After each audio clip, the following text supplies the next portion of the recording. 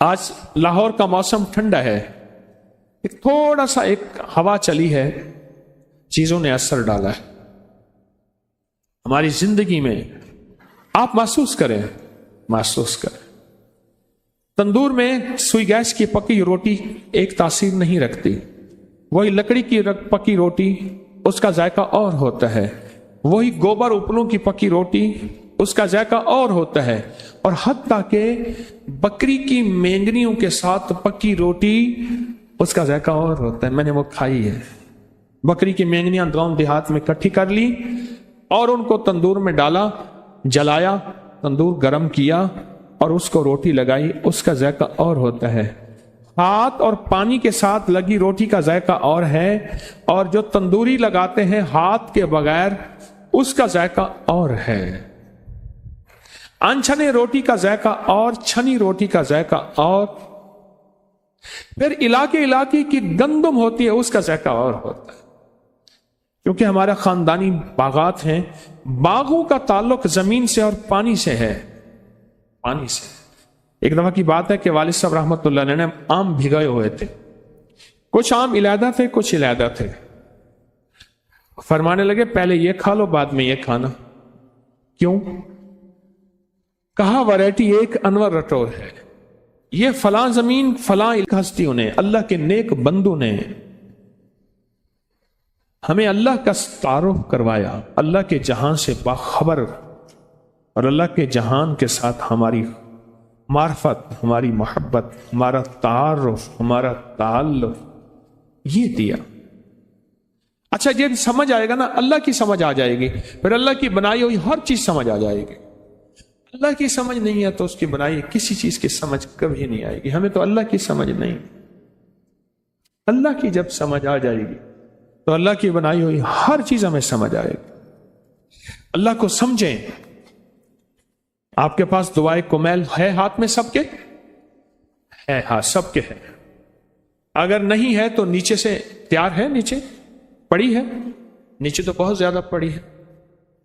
آج ہم دعائے کمیل ساری سنیں گے، لیکن اس کو اللہ کے تعارف کے طور پہ سنیں گے، اللہ کے تعلق پہ سنیں گے. اللہ سے محبت، اللہ سے معرفت، اللہ کی منتیں، اللہ کی خوشامتیں، اللہ کے سامنے ہاتھ جوڑنا. نیچے پڑی ہے دعائے کمیل، خواتین کی طرف بھی ہوگی. لیکن پہلے ہم یہ دیکھیں کہ ہم سنیں گے کیوں، اس لیے سنیں گے. پڑی ہے نیچے، فری مل رہی ہے، مفت مل رہی ہے، آپ نے یقیناً لے لی ہے، اچھا کیا. نہیں لی تو فوراً لے لیں، فوراً چند لمحوں کے اندر. اگر نیچے والے حضرات ہیں تو اوپر لے کے آ جائیں، ان کو فوراً تقسیم کر دیں. نیچے والے حضرات اوپر لے کے فوراً آئیں اور ان کو تقسیم کر دیں. ایک ایک لیں. آپ نیچے نہ جائیں، فوراً اوپر آ رہے ہیں لوگ، آپ نیچے نہ جائیں. اسی طرح خواتین میں بھی شور کے بغیر، کیونکہ خواتین میں ایک دم ہنگامہ ہوتا ہے کہ اس کے بعد انہیں کہ روٹی بچنی نہیں ہے. مائی کہتی بس پہلی اور آخری دفعہ روٹی کھانی ہے، پھر کھانی نہیں. ہاں جی آگے، نیچے سے آپ، نیچے سے آ گئے اب آپ. ہاں جی نیچے سے آ گئے. ہاں جی آ گئے نیچے سے. ہاں بھائی آ گئے. اب اس کو 3-4 بندوں میں پھیلا دیں. یہ بنڈل سارے 3-4 بندوں میں پھیلا دیں. پھر کہہ رہا ہوں کہ یہ دعا سیکھنی، سمجھنی، پہلے یہ دیکھنی ہے کہ یہ دعا ہے کیا. پہلے یہ دیکھنا ہے کہ یہ دعا ہے کیا. پہلے یہ دیکھیں اس دعا کا تعلق کیا ہے، تعارف کیا ہے اللہ کے ساتھ، اس کی محبت کے تانے بانے کیا ہے. اور اگلا سوال آپ سے ایک اور ہے، میری بات غور سے سنتے رہیں. بھائی ایک پل میں بانٹ دیں، دعا ابھی چلے گی. ایک پل میں بانٹ کے اپنے مقام پہ فوراً تشریف لے آئیں. دیر ہوگی اللہ والو، دیر ہو گئی. یہ برکت والی جگہ آپ نے چھوڑ دی. اپنی جگہ پہ بیٹھے تھے، اپنی جگہ آپ نے چھوڑ دی، کیونکہ اسی جگہ پہ ہی جو خیر ملنی تھی. مجبوراً اٹھ سکتے ہیں، مجبوراً اٹھ کے لے سکتے ہیں، لیکن اتنی دیر نہیں لگنی چاہیے تھی. اتنی دیر نہیں لگنی چاہیے. 3-4-5 بندے اور نیچے سے آ جائیں. 3-4-5 بندے اور نیچے سے آ جائیں جو بنڈل لے آئیں اور پل میں ہی بانٹ دیں. پل میں ہی بانٹ دیں. آپ یہ دیکھیں کہ اس کے ترجمے پہ غور کرنا ہے. اب اس کو کھولیں ذرا. اس کو کھولیں اور اس کے ترجمے پہ نظر رکھیں کہ اس کا ترجمہ کہاں ہے، اس کا ترجمہ کیا ہے، اس کے ترجمے پہ نظر رکھیں۔ اگر کیونکہ ہم عربی نہیں جانتے، اگر اس کے ترجمے پہ ہم نے نظر نہ رکھی، ہمیں وہ فائدہ اور فیض نہیں ملے گا جو ملنا چاہیے، ہمیں وہ نفع نہیں ملے گا۔ بھائی اٹھ کے خود لے آئیں، فوراً جا کے لے آئیں، جلدی کریں، لے آئیں۔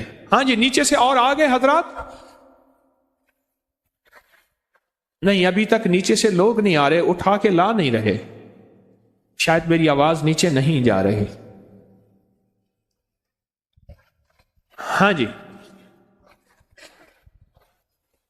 دیکھیں اس کو بہت توجہ سے اس کے ترجمے پہ غور کریں، آپ ادھر ادھر نہ دیکھیں، جن کے پاس ہے اس کے ترجمے کو دیکھیں، اللہ والو، جن کے پاس ہے اس کے ترجمے کو دیکھیں، اس کا ترجمہ کیا ہے، اس کے ترجمے پہ غور کریں، تاکہ فلاں پانی کا یہ پانی پودا ہے، یہ میٹھے پانی اور لاجواب اس جگہ کا پودا ہے، اس کا ذائقہ، اس کا مزہ اور اس کا اور واقعی کھایا تو اور تھا۔ اچھا مجھے آپ بتا دیں، بکری کے دودھ کا ذائقہ اور بھینس کے دودھ کا ذائقہ اور سچ ہے، گائے کا ذائقہ اور پھر بھینس میں بھوری بھینس کا ذائقہ اور بھینس میں بھی جو بھوری بھینس ہے اس کا ذائقہ اور۔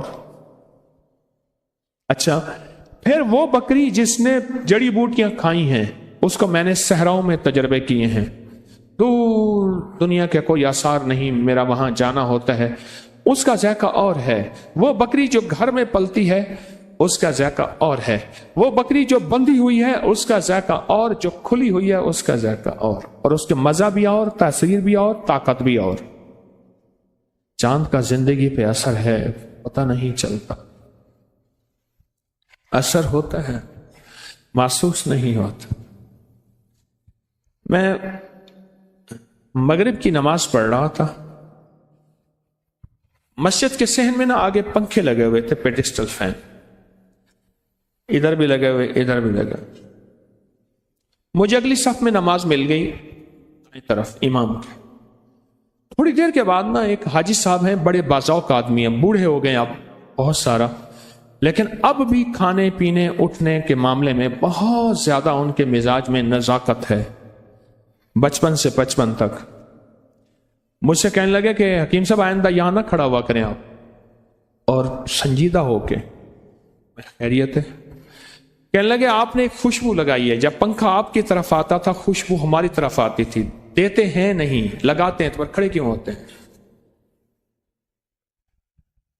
مجھے یاد آیا میں نے فوا کے خوشبو لگائی تھی، جب پر میری طرف آتا تھا پنکھا یوں گھومتا ہے تو وہ خوشبو اٹھا کے پیچھے پھینک رہی تھی، پر مجھے محسوس نہیں ہو رہا تھا، اوروں کو بھی محسوس ہوا ہوگا پر باذوق آدمی کو محسوس ہو گیا۔ خوشبو کا زندگی پہ اثر ہے۔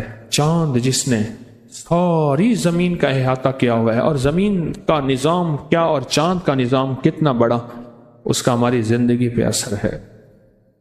یہ اور بات ہے ہم نے محسوس نہیں کیا، ہم نے اسے عام زندگی سمجھا۔ سائنس کہتی ہے ہمارے ہاں روز نیچے زلزلے آتے رہتے ہیں، ہمیں پتہ نہیں چلتا، چھوٹے چھوٹے زلزلے زندگی کا حصہ ہے، لیکن کبھی کبھی وہ رب کریم جو ہے کوئی اپنے بڑے بڑے زلزلوں کو دیکھ۔ میں قرآن پڑھ رہا تھا پرسوں، اچانک آیت پہ سورت احزاب کی غالباً آیت تھی، اس آیت پہ نظر پڑی، شاید یہی سورت تھی، اس کے ترجمے پہ میں نے ایک دم نظر دی تو کہا کہ ہم سوتے ہوئے تمہیں اپنے زلزلے کے جھٹکے چکھائیں گے۔ اور جب ترکیہ کا زلزلہ آیا، یہ صبح 4:17 پہ کچھ منٹ پہ آیا، اور وہیں ترکیہ میں نے خود زلزلے کو دیکھا۔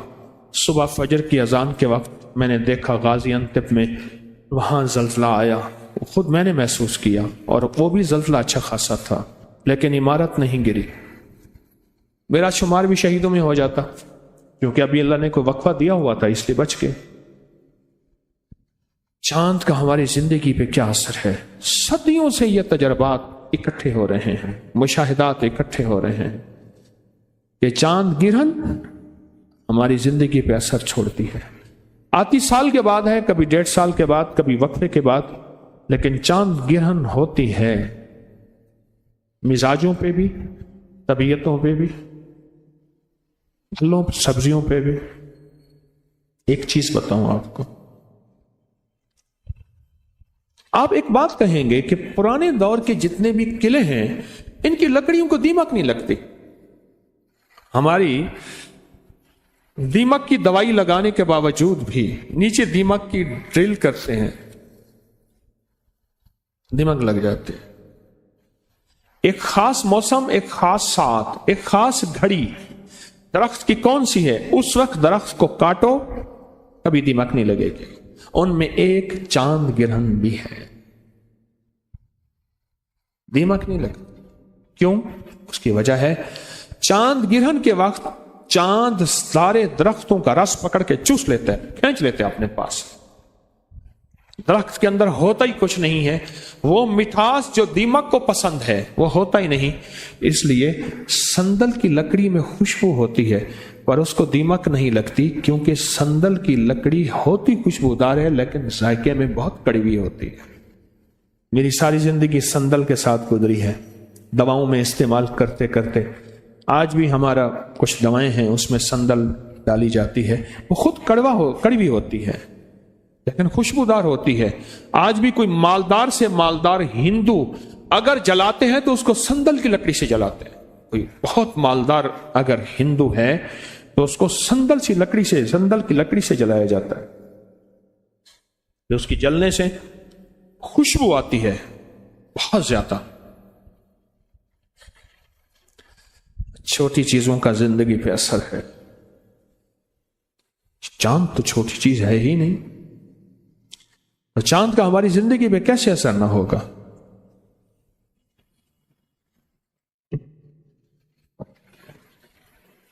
یہ دیکھیں، یہ گرج ہے، یہ گرج ہے، اتنا بڑا دھماکہ ہے یہ۔ ابھی ہمیں گرج محسوس ہوئی ہے، اوپر بادل بنے ہوئے ہیں۔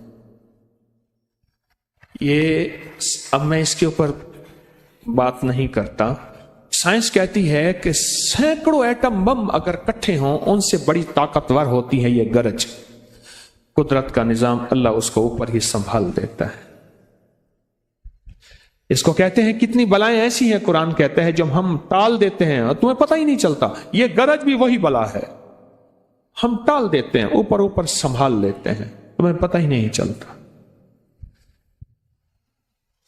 جب بھی چاند گرہن ہوئی، انبیاء کرام اور خاص طور پہ میرے آقا حضور سرور کونین صلی اللہ تعالی علیہ وسلم کی زندگی میں آپ کا عمل کیا رہا؟ آپ کی زندگی میں کیا طریقہ کار تھا کہ جس سے چاند گرہن کے ہونے والی جو مضر اثرات ہیں، جو اثر صحت پہ، زندگی پہ، نظام پہ، پہاڑوں پہ، سمندر پہ، زمینوں پہ پڑتے ہیں، اسے کیسے بچا جائے؟ آج اس کے بچنے کی ہم ترکیب سوچیں گے، اس کے بچنے کی وہ ترتیب جس میں اللہ اس کے حبیب نے وہ ترتیب ہمیں وہ راہیں سجھائی ہیں، اور حضور نے اللہ کی طرف رجوع کرا کے بندوں کا وہ ترکیبیں دی ہیں، اور وہ ہے ترکیب سجدے، رکوع، اعمال، دعائیں، تسبیحات، ذکر، اس میں لگ جانا۔ چاند کی عظمت کو دیکھا، کبھی چاند والے کی عظمت کو بھی دیکھا؟ حضرت علی کرم اللہ وجہہ نے اپنے خادم کو چاند والے کی عظمت سکھائی، تو سوچیں ان کے دل میں کتنی عظمت تھی، اور ان کا اس دعا کا معمول تھا کہ حضرت علی فرماتے ہیں کہ میرا مشکل کشا کون ہے؟ حضرت علی کا مشکل کشا کون ہے؟ آئیں حضرت علی کے مشکل کشا کو جاننے اور پہچاننے کی کوشش کرتے ہیں، لیکن پہلے ایک بات ذہن نشین رکھیں، کیا آپ ان منتوں اور زاریوں کے ترجمے کو جانتے ہیں جو حضرت علی نے اپنے خادم کو سکھایا اور زندگی بھر معمول رہا کہ اللہ کو کون سی منتیں اور زاریاں کر کے وہ اللہ جس نے چاند بنائے ہیں، جس نے سورج بنایا، جس نے نظام بنایا۔ ہم کہتے ہیں چاند کی سارے نظام بہت طاقتور ہیں اور چاند اتنا طاقتور ہے جو سمندر کو ہلا جلا کے ادھیڑ دیتا ہے، تو وہ رب کتنا طاقتور ہوگا جس نے اس سمندر کو بھی بنایا، اس چاند کو بھی بنایا، اس سورج کو بھی بنایا، اس سارے نظام کو بھی بنایا۔ اصل میں ساری چیزوں کا تعارف ہے، پھر اللہ کا تعارف نہیں۔ یہ جو آل رسول، اصحاب رسول ہیں اور اولیاء ہیں، اللہ کے نیک بندے ہیں، انہوں نے بندوں کو اللہ کا تعارف کروایا، اللہ کی معرفت سکھائی، اللہ کی معرفت سکھائی۔ اس وقت ہم سارے جہاں سے باخبر ہیں، نیٹ کی دنیا نے سارے جہان کی خبریں دے دی ہیں، سارے جہاں سے باخبر ہیں، پر اپنے جہاں سے بے خبر ہیں۔ سارے جہان سے باخبر ہیں پر اپنے جہان سے بے خبر ہیں۔ اور ہمارا جہان کیا ہے؟ ہمارے جہان ہے ہمارا دل، اور دل میں کون ہے؟ وہ ہے اللہ۔ ہم اپنے جہاں سے بے خبر ہیں۔ ان نیک ہستیوں نے، اللہ کے نیک بندوں نے ہمیں اللہ کا تعارف کروایا، اللہ کے جہاں سے یہ آیت ہے نا، یہ جو آیت ہے، 7 سمندروں کی چابیاں اسی آیت کے اندر ہے۔ 7 زمینوں، 7 آسمانوں، اور جتنی بھی مخلوقات ایسی ہے جو ڈس سکتی ہے، جو چیر پھاڑ سکتی ہے، یا ایسی آفتیں اور بلائیں جو آنے والی ہیں، ان سب کو سنبھالنے کے لیے یہ آیت آخری طاقتور ترین آیت ہے، اور یہ عمل حیرت انگیز ترین عمل ہے۔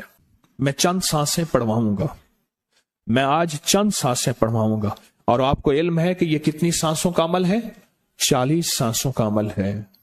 اس کو دیکھتے ہوئے 40 سانسیں، اور ہر سانس میں اپنے مقصد، اپنی مشکل، اپنی پریشانی، جادو، جنات، بندش، بیماریاں، ناکامیاں، تکلیفیں، مشکلات، مسائل، الجھنوں کا ہر سانس میں تصور کرنا ہے۔ اگر چاہتے ہیں کہ ہمیشہ تونگری رہے، مالداری رہے، عزت رہے، بھرم رہے، اور نسلیں پتہ نہیں کتنی آئیں گی کوئی خبر نہیں، اور ان کا رزق کشادہ رہے، کیسے ہوگا؟ کس طرح ہوگا؟ تو اس کا واحد حل اور اس کا واحد راستہ صرف یہی ہے۔ اپنے مالوں کو سوچیں، یہ میرا مال اللہ نے دیا ہے، میرے والد غریب تھے، میرا دادا غریب تھا، یا میرا والد مالدار تھا، یا میرا دادا مالدار تھا۔ آج اگر ان کی جائیداد اور چیزیں مجھ تک پہنچی ہیں تو ان کے پاس راز کیا تھا؟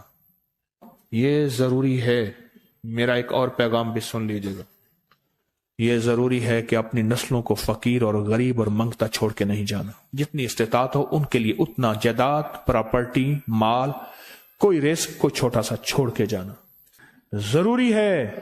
اپنی نسلوں کو خالی چھوڑ کے نہ جانا۔ اگر وسائل ہیں، حلال کے راستے ہیں، اگر نہیں ہیں تو کوشش کرتے رہیں۔ اللہ کا مال اللہ کے ذمہ ہے، اللہ کا نظام اللہ کے ذمہ ہے۔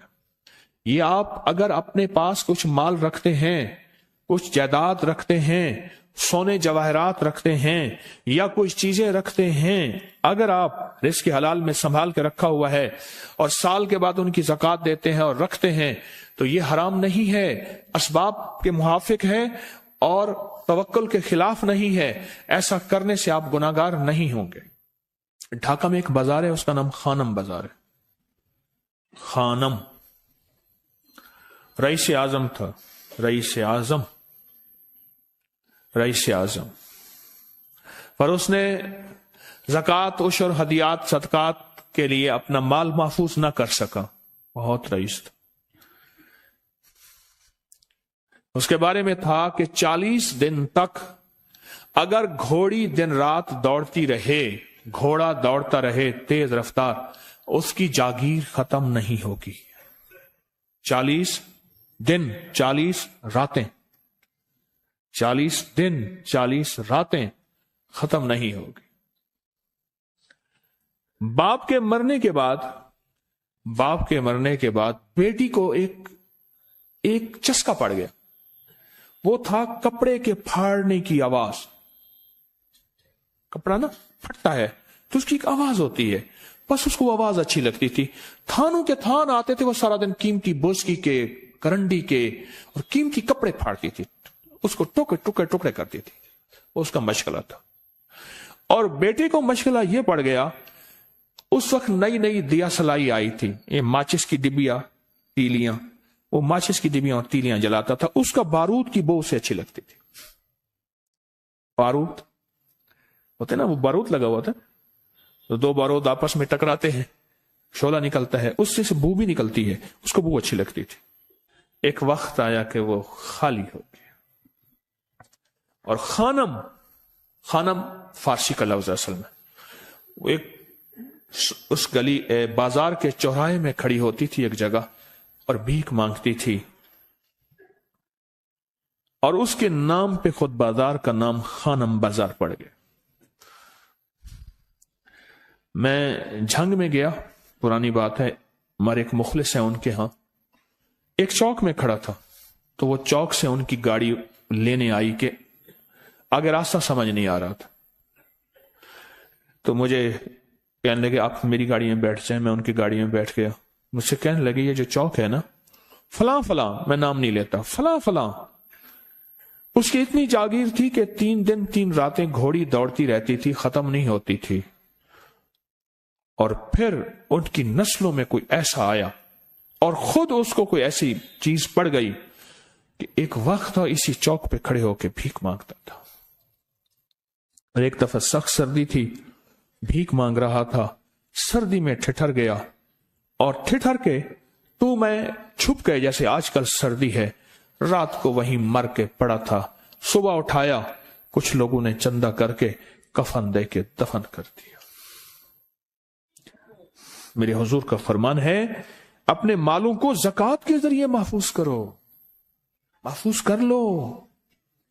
اگر محفوظ نہ کیا، نسلوں میں فقر اور فاقے، غربت، تنگ دستیاں، فقیری اور منگتا ہونا نسلوں کو دیکھے جائیں گے۔ پھر نسلیں کہیں گی پدرم سلطان ہمارا باپ، ہمارا دادا بادشاہ تھا، جاگیردار تھا، مالدار تھا، ہمارے بڑے بتاتے ہیں زندگی بھر کے لیے فقر اور فاقہ، غربت اور تنگ دستی سے بچے رہیں گے۔ غیب سے اللہ کا نظام ایسا چلے گا، ایسا چلے گا، ایسا چلے گا، اللہ سارے بھوکے ہوں گے، سارے پیاسے ہوں گے، سارے فقیر ہوں گے، سارے منگتے ہوں گے، اللہ تجھے کھلائے گا بھی صحیح، پلائے گا بھی صحیح، سلائے گا بھی صحیح، عزت کے تکیے، عزت کے لقمے، عزت کے جام، عزت کے جام۔ مالک بن دینار رحمت اللہ علیہ کے پاس ایک بندہ ہدیہ لے کے آیا، اللہ کے ولی تھے، حضرت ہدیہ قبول فرمائے۔ آپ قبول فرما لیتے تھے، کسی کا نہیں کرتے تھے۔ میں نہیں لیتا، تیرا رزق حلال نہیں ہے، دیکھ کے فرما دی، تیرا رزق حلال نہیں، دیکھ کے فرمایا تیرا رزق حلال نہیں۔ انہیں حضور حلال ہے، فرمایا نہیں ہے۔ تو اچھا فرمایا ایسا کر، یہ رزق لے جا جو مجھے ہدیہ دیتا ہے، تجھے سب سے زیادہ جو مستحق ضرورت مند ملے اس کو دے، دینے کے بعد پھر اس کا پیچھا کر۔ وہ ان پیسوں سے کرتا کیا ہے؟ اب مرشد کا حکم تھا، فرمان تھا، کیا، دیکھا تو ایک لولا، لنگڑا، اپاہج، معذور، اندھا، کانا، کپڑے خستہ حال، بالکل بے بس، اور بھیک مانگ رہا ہے۔ اس کا دل نرم ہوا اور کہا کہ اس سے بڑا ضرورت مند پھر کوئی نہیں ہے۔ اس کو جا کے مال دیا، پیچھا کیا، چلتے چلتے چلتے اس نے جا کے آگے گیا تو نہ وہ لولا تھا، نہ وہ لنگڑا تھا، نہ وہ کندھا تھا، کانا تھا، نہ وہ اندھا تھا، کچھ بھی نہیں تھا، بالکل ٹھیک ٹھاک ہو گیا، اور یہ حیرت سے دیکھ رہا ہے۔ کرتے کرتے جا کے اس نے ان پیسوں سے حرام کام کیا، خاموشی سے آ گئے، آپ کا فرمان ٹھیک ہے،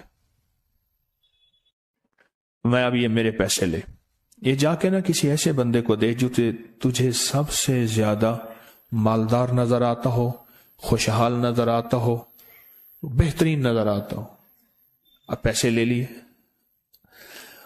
اب دیکھا تو ایک صاحب ہیں، بڑے قیمتی گھوڑے پہ، لاجواب پوشاک ہے اور بہت اچھی حالت ہے ان کی،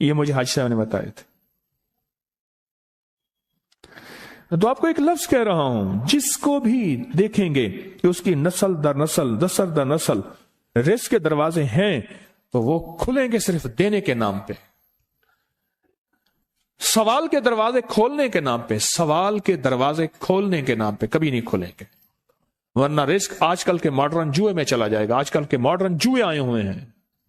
اپنے رزق کو میرے آقا کا فرمان ہے، اور بیماریوں کا علاج صدقوں سے کریں. اور صدقے سے مراد صرف بکرا نہیں، صدقے سے مراد صرف سریاں نہیں، صدقے سے مراد کالے مونگ نہیں، صدقے سے مراد تیل سوئیاں نہیں، صدقے سے مراد یہ میں مختلف آپ کو تک انداز بتا رہا ہوں. یہاں LOS ہے لاہور کے ساتھ، یہ پہلے نہیں بنا تھا، نالا تھا. نالے کے ادھر ایک سمن آباد کی طرف سڑک جا رہی ہے، پرانی بات ہے. وہاں کچھ بندے نے کتابیں لگائی ہوئی تھی، میں کتابیں دیکھ کے تو آ گیا. پھر دل میں آیا کہ یہ ضرورت مند ہے. ہمارے ایک مخلص ہیں، ہمارے دوست فیصل شمسی، میں نے ان کو بڑا نوٹ دیے. میں نے کہا جا کے نا اس کو کس طرح رکھ کے پھر چلا جاتا ہوں، کیونکہ مجھے لگتا ہے وہ خوددار آدمی نہیں لے گا. اور انہوں نے ایسا کیا. سوچیں کہ میرے مال اللہ نے دی ہے، کیا میں اپنے مال کا صدقہ اگر نکال رہا ہوں تو وہ دے کہاں رہا ہوں؟ ضرورت مند کیا میں تلاش کر رہا ہوں؟ اور میں ضرورت مندوں میں سب سے پہلے وَبِذِي الْقُرْبَى وَالْيَتَامَى وَالْمَسَاكِينَ وَابْنِ السَّبِيلِ، مسافر پردیسی چوتھے، پھر مسکین ہے، پردیسی ہے، مسافر ہے، یتیم ہے. ضرورت ہے اس چیز کی، اس کی ضرورت ہے. کیونکہ یہاں جتنے مانگنے والے ہیں ان کے بارے میں صرف ایک لفظ کہوں گا، یہ لفظ آپ پکا رکھ لیں، یہ سب خواہشات کے مانگنے والے ہیں، ضروریات والے نہیں ہیں. خواہشات، اتنا بڑا بنگلہ، اتنی بڑی سواری، فلاں برانڈ کا موبائل، فلاں چیز، یہ خواہشات کی کوئی حد نہیں ہے. یہ لفظ بھی ذہن نشین رکھیے گا، میرے ساتھ بولیں، خواہشات کی، ضروریات کی حد ہے، خواہشات کی حد نہیں ہے. عاجزانہ دعاؤں کے ذریعے اگر اپنی مصیبتیں، اپنی بلائیں، اپنی پریشانیاں اور اپنی تکلیفیں ٹلوانا چاہتے ہیں تو اس کے پیچھے ہمارے ساتھ کون سی دعائیں ہوں؟ عاجزانہ دعائیں. عاجزانہ دعائیں. اور میں امام زین العابدین جب دعائیں مانگتے تھے اور ان کی دعاؤں کے اندر جو درد ہوتا تھا اور غم ہوتا تھا، اور ان کی دعاؤں کے اندر جو بلبلانا اور کرب اور تکلیف ہوتی تھی، فرمایا ہنستے اپنی ہنسیاں بھول جاتے تھے، سونے والے سونا ترک کر دیتے تھے، اونگنے والے اونگنا چھوڑ دیتے تھے، اور وہ بھی ان کے ساتھ رونے لگ جاتے تھے. ان کا رونا ہی اتنا تھا، وہ ہنسیاں تو بخشوائی تھی. اور ان کا نام زین العابدین، نام تو ان کا علی ہے، زین العابدین پڑا اس لیے عبادت کرتے کرتے کرتے وہ عبادت گاروں کے امام بن گئے. یہ تسبیح خانہ جو آپ کو راستے دے رہا ہے، تسبیح خانہ جو منزلیں دے رہا ہے، یہ راستہ، یہ منزل ساری کے ساری اس لیے ہے کہ اس منزل اور راستے کے پیچھے دعاؤں کی طاقت ہے، دعاؤں کی طاقت ہے. ان دعاؤں اور اعمال کو اپنے ساتھ ایسے سینے سے لگا لیں. ان دعاؤں اور اعمال کے اندر حیرت انگیز دنیا ہے. جب سے تسبیح خانے کے ساتھ نسبت ہے، دعاؤں کی کیا کیا طاقتیں دیکھی، دعاؤں کی کیا کیا تاثیر دیکھی. سنوں گا نہیں، بس صرف دل میں سوچیں، میرے سوالوں کا جواب دل میں دیں. دعاؤں کو کیسے آزمایا. خود ہی تو کہتے ہیں فلاں وظیفہ پڑھا یہ ہوگا، فلاں عمل کی، یہ دعائیں تو ہیں ساری. کیا ہیں؟ ساری میری حدیثیں، میرے آقا کا فرمان دعائیں، سارا قرآن دعائیں، ساری تسبیحاں دعائیں، اور سارے دل سے گڑ گڑانے والے لفظ وہ جسی زبان میں بھی ہوں، جس کلام میں بھی ہوں، وہ سب دعائیں ہیں. اللہ کو یہ مانگنا پسند ہے. اللہ کہتا ہے پھر وہ مصیبتیں جو کھجور کے درختوں سے نیچے آ چکی ہوتی ہیں، میں ان کھجوروں کو بھی، ان درختوں کو بھی، ان مصیبتوں کو بھی ٹال دیتا ہوں، اور وہ مصیبتیں جو تیری آنکھیں نے دیکھ چکی ہیں ان کو بھی ٹال دیتا ہوں، اور وہ بلائیں آفات جو زندگی میں تیرے سامنے ہیں ان کو بھی ٹال دیتا ہوں. یہ ساری بلائیں اور آفات اور یہ ساری تکلیفیں میں اس وقت ٹال دیتا ہوں جب تیری دعاؤں کی طاقت تیرے سامنے آ کے کھڑی ہوتی ہے، کیونکہ دعاؤں کی ایک طاقت ہے، دعاؤں کی ایک تاثیر ہے، دعاؤں کا ایک حصار ہے، دعاؤں کا ایک کوٹ ہے، اور دعاؤں کا ایک قلعہ ہے، اور دعائیں ایک ڈیفنس وال ہیں، اور دعائیں حفاظت کا نظام ہے، اور دعاؤں سے آفتیں، بلائیں، مصیبتیں، تکلیفیں ایسی ٹل جاتی